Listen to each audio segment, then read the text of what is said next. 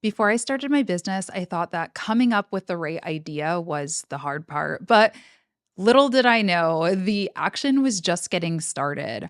After you have your great business idea, it's time to figure out all of the logistics, right? What you're going to sell, how you're going to offer it, how you're going to display your branding and market your business. And that's what I want to talk about today. I want to talk about what comes after that business idea and how to actually take it from brilliant idea to functioning business. So let's hop in. Today's episode is brought to you by Hostinger. Hostinger is the easiest way to set up a WordPress website, allowing users to get hosting, a domain, and seamless access to WordPress with just a few clicks. So you can start building your website right away.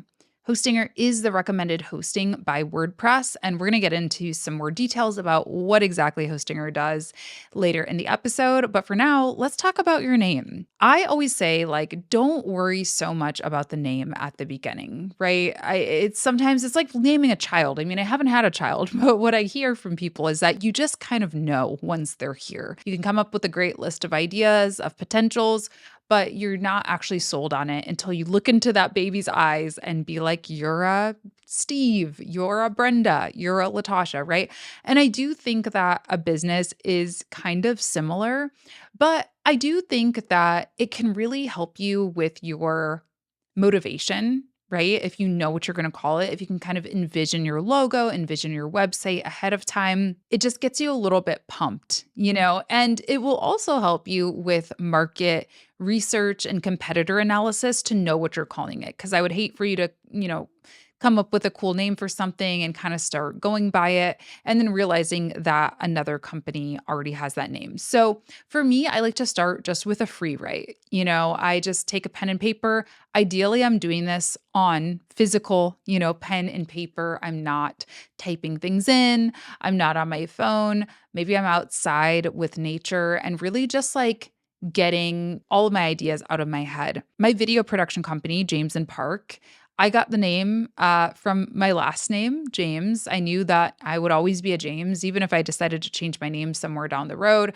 That would always be a huge part of my identity and who I am. And Park was the name of the street that I was living on at the time when I decided to make my business official.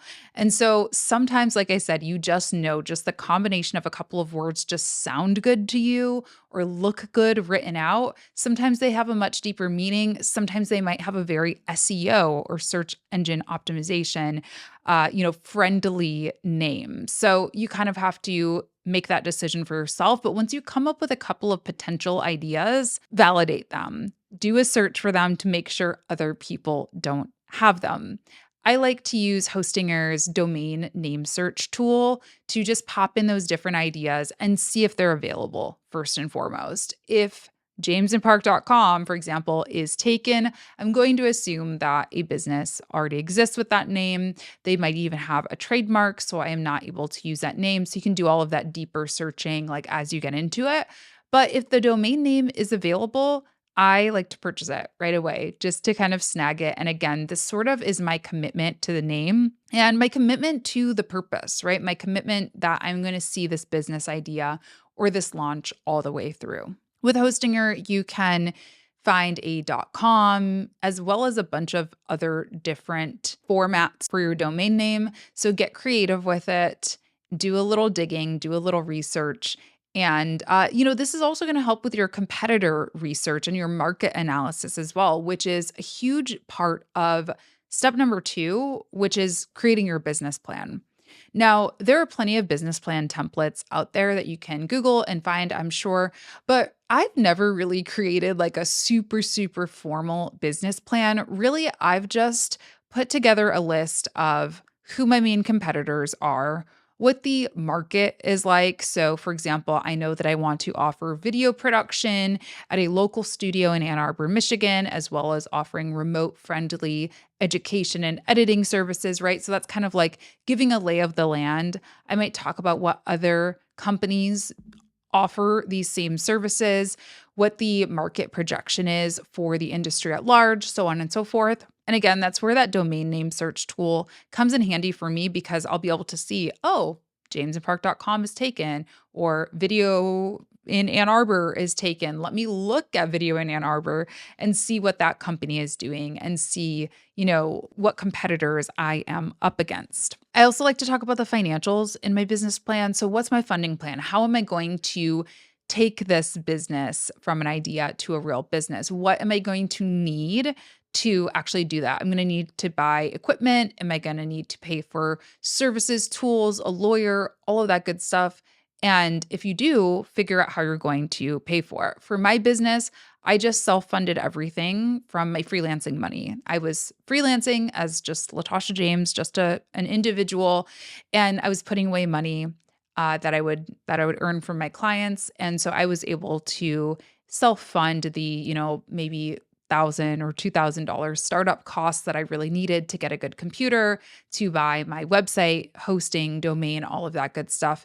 But you figure that out yourself. Now, if you are going to go with a funding plan that uses grants or loans, you probably are going to need to be a little bit more to the book about your business plan. Typically, those funding sources are going to want certain formats and very, detailed business plans from you.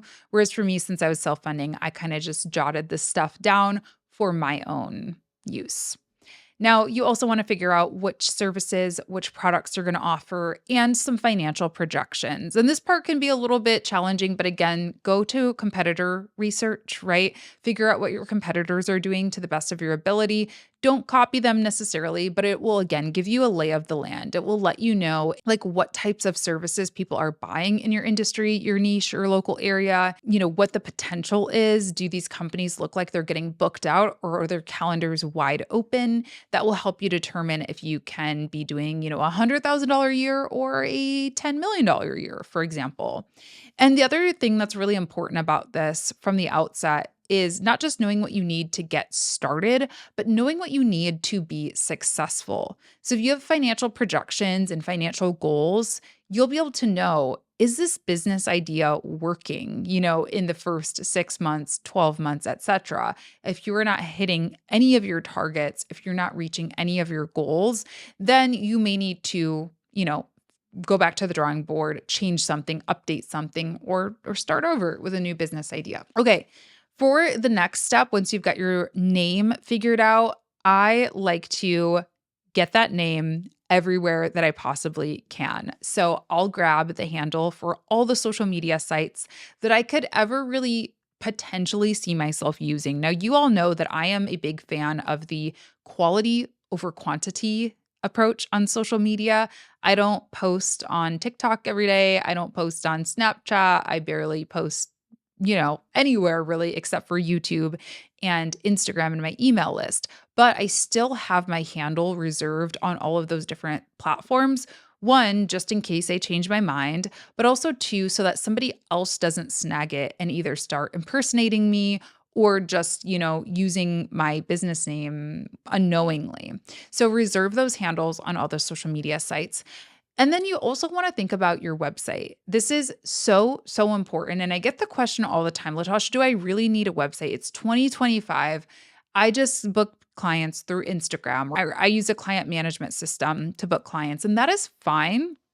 But I still wholeheartedly believe that you do need a website for 99.9% of businesses, if not 100% of businesses. I've never run across a business where I'm like, they really don't need a website or that wouldn't help them. Having a website is number one, it's huge for just professionalism and being taken seriously. If I can't find your website, if I can't Google you and learn more about what you do, I'm going to really question if you are taking your business seriously or if this is just kind of a passing fad, right? So it's commitment. It is commitment to your cause, to your business.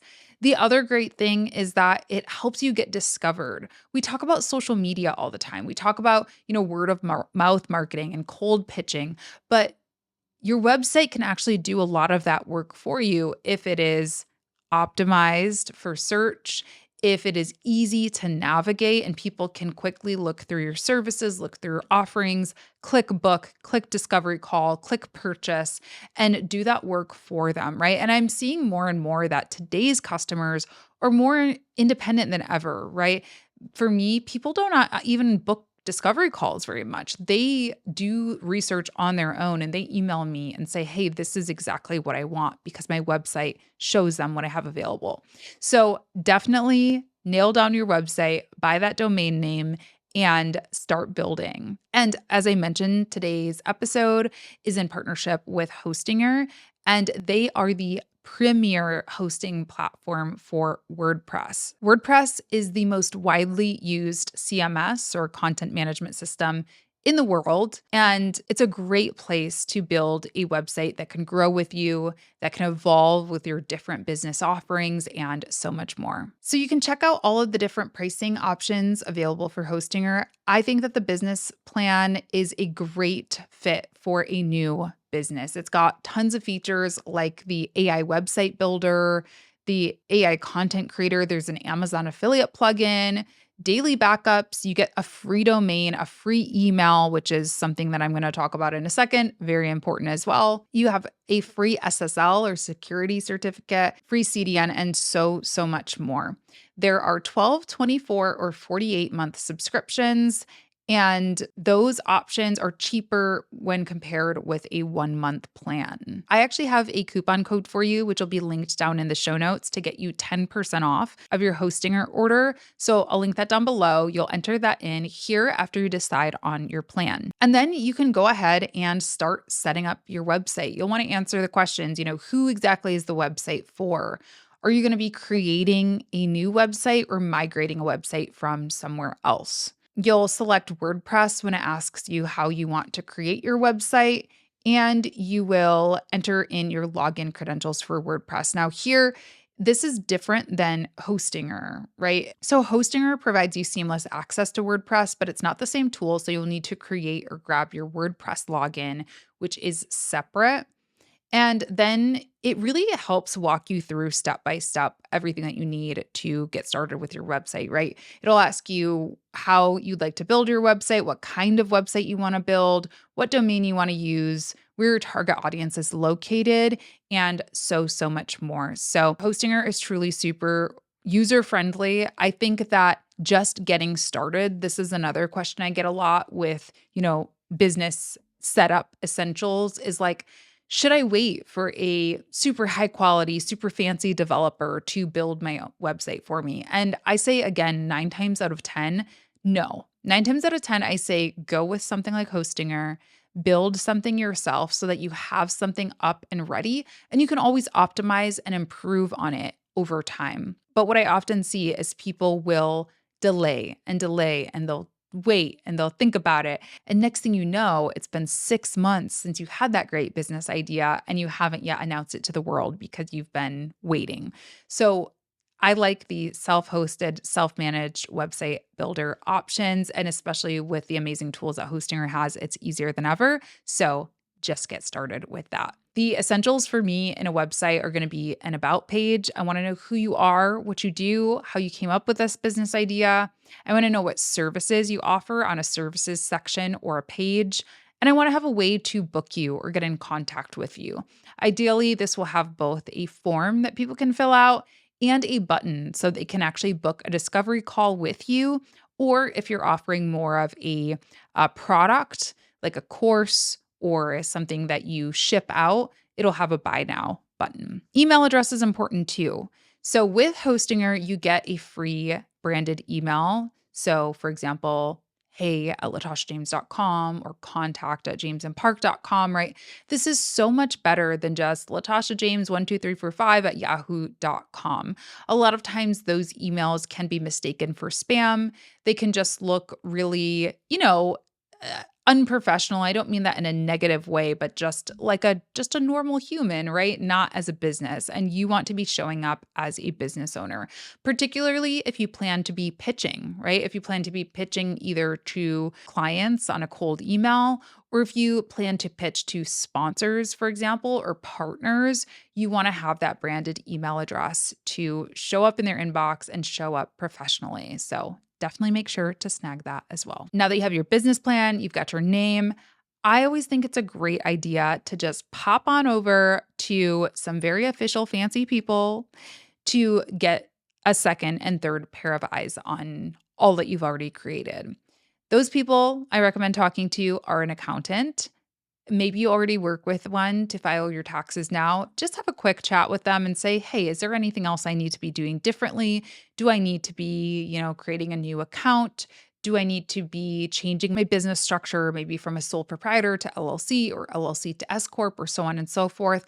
I cannot give you those answers because every situation is different. So, I think talking to an accountant and also a lawyer is a great use of time and a great use of money. Typically, you can get consultations with those folks for very cheap, in the low hundreds of dollars.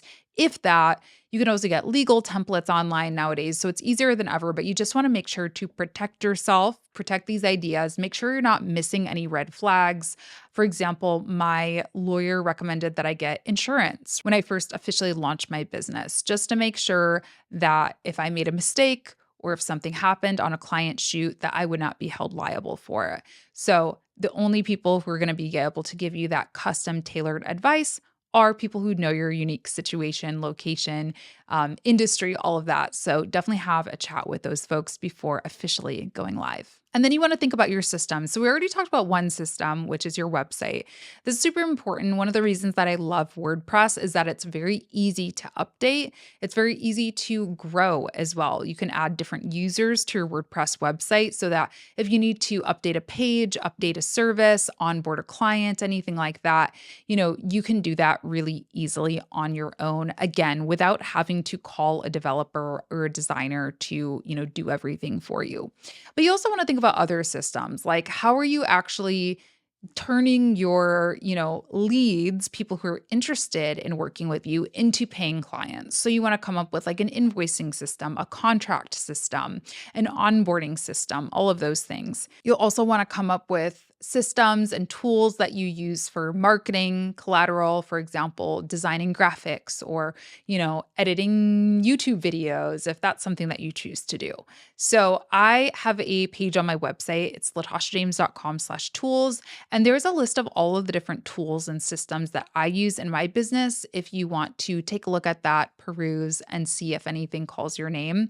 But most importantly, you just want to put yourself in the passenger seat, right? Put yourself in the client's shoes and figure out, all right, I'm interested in this service. What are the exact steps that I need to take to get to using these services or tools or products, and fill in those gaps from there. And lastly, once all of that is figured out, you're pretty much ready to launch and announce your business to the world. So you want to think about a marketing plan. Figure out where your ideal clients are. That is the number one tip that I have. And I have a ton of content on my YouTube channel about how to create a full-fledged marketing or social media plan. So I'll leave some of those resources for you to dive a little bit deeper on. But the number one question involved in this is just, who am I trying to talk to? Who am I trying to reach? And then work your way backwards, right? If you're trying to reach women in their late 30s who love fashion, then look at the social media platforms, look at consumer behavior and figure out where those people tend to hang out, virtually and otherwise. Are they at trade shows or events? Are they on Instagram or TikTok or on Facebook groups, and really double down on that ideal client avatar is what we call it. Paint a picture of who you're trying to reach. Get your messaging really tight. Make sure you can understand how to explain very clearly what you do, who you serve, what your purpose is, and all of that good stuff.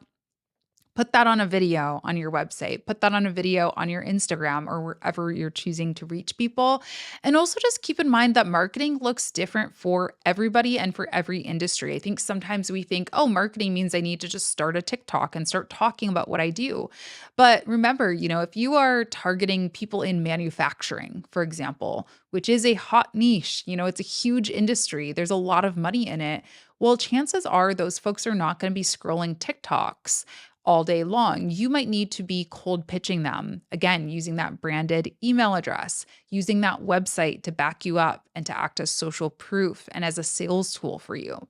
So do digging on who you're trying to reach, where they are, how they consume information, and kind of take it from there. And again, I'll leave some additional resources on marketing because we have talked about that a lot on my YouTube channel. So I'll leave you with some homework to check out those other resources. But that's what I would do. That's what I would do if I had a new business idea today. I wanted to get it off the ground. And I really think you should, by the way. Like, I truly just believe that entrepreneurship is such an amazing tool, an amazing opportunity. And I think, thanks in large part to tools like Hostinger, it's more easy and more accessible than ever before. You can truly launch a business from your laptop, from your bedroom, from your living room.